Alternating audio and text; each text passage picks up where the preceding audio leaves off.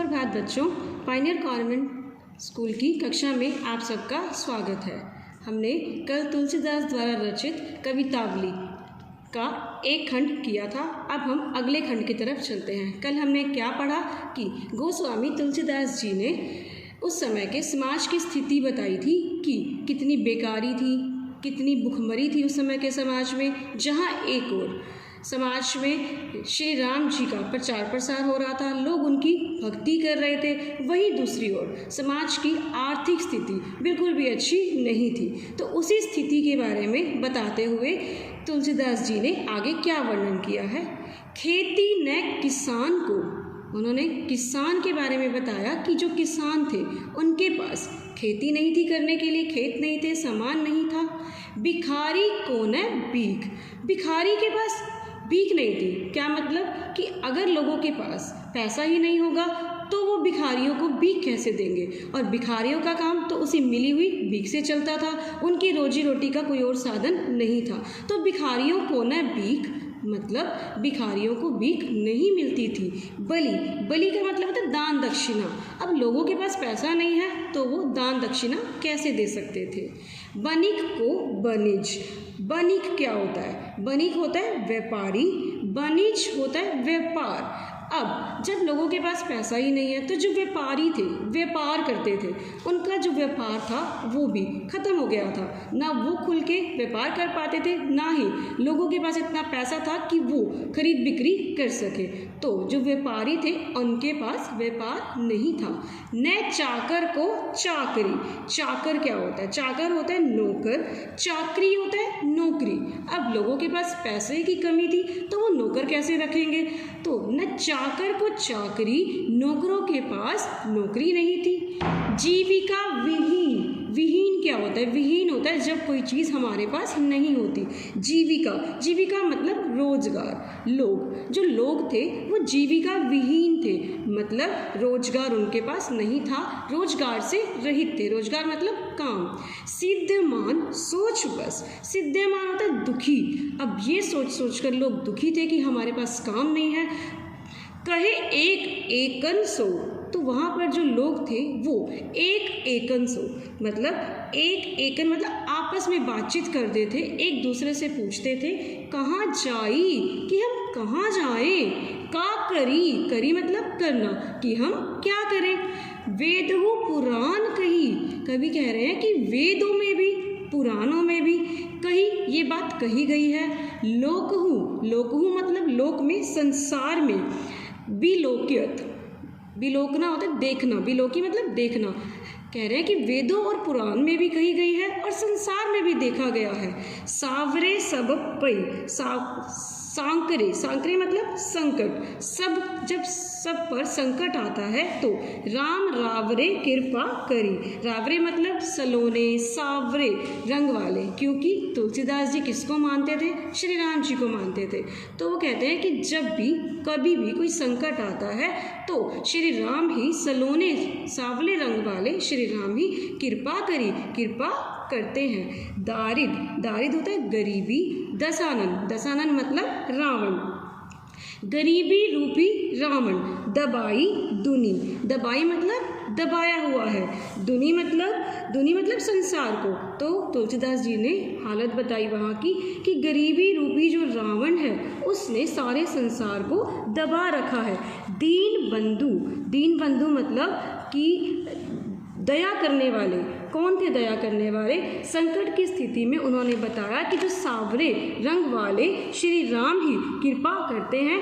दीन बंधु है, दीन दुखियों की रक्षा करने वाले। किसको संबोधित कर रहे हैं? श्री राम जी को संबोधित कर रहे हैं। दुरित दहन देखी, दुरित मतलब पाप, दहन होता है नाश, देखी तुलसी हाहा करी, हाहा करी होता है दुखी। अब ये सारी दशा देखकर तुलसीदास जी वहाँ के जो, वहाँ पर जो पाप हो रहा था, वहाँ पर जो नाश हो रहा था, वो सब देखकर बहुत ज़्यादा दुखी होते हैं।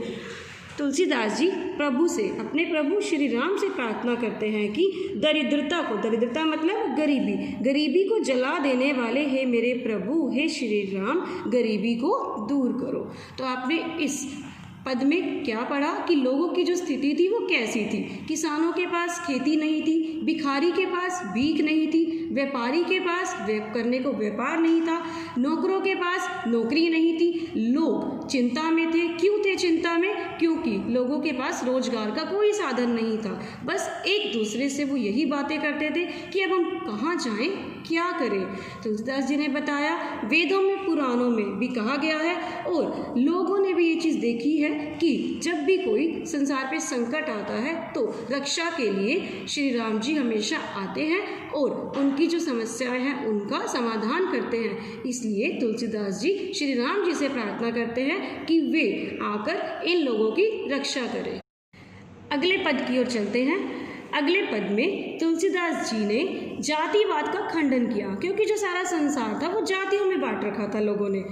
तो उन्होंने लोगों को संबोधित करते हुए क्या कहा कि दूत कहो, दूत मतलब त्यागा हुआ, अवधूत कहो मतलब सन्यासी, अवधूत मतलब सन्यासी, दूत मतलब त्यागा हुआ, राजपूतो मतलब राजपूत, जोलाहा मतलब जुलाहा, तो ये जुलाहा जाति थी।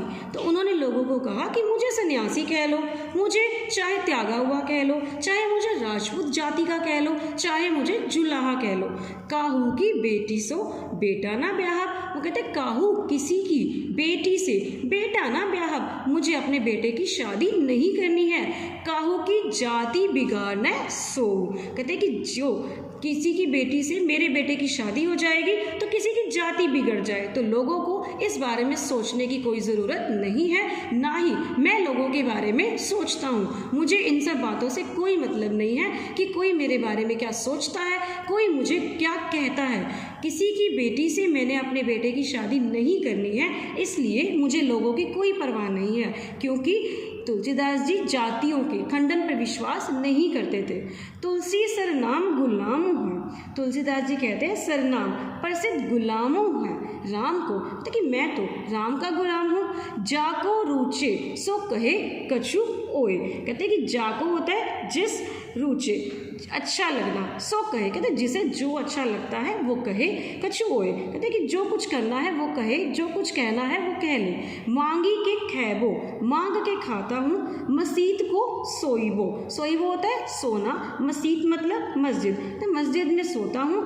लैब को लेना को एकून है, दैब को देऊँ, मुझे किसी से कुछ नहीं लेना देना है। तो तुलसीदास जी ने इस पद में क्या बताया कि जो लोग जातियों पे विश्वास करते हैं, तुलसीदास जी ने बताया कि वो गलत है। कह रहे हैं कि मुझे कोई फ़र्क नहीं पड़ता, मैं तो सिर्फ राम जी का भक्त हूँ और उनकी कृपा को ही सब कुछ मानता हूँ और मुझे किसी से कोई मतलब नहीं है कि कोई मुझे कुछ मर्जी करे। तो बच्चों, आपने इस पूरी कविता में पढ़ा कि उस समय का समाज कैसा था, वहाँ की आर्थिक सामाजिक स्थिति कैसी थी, लोगों की सोच कैसी थी। लोग जातिवाद पर विश्वास करते थे।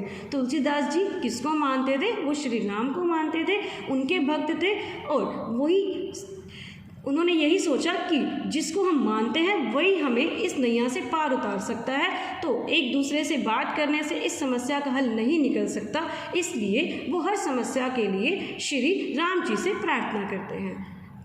धन्यवाद।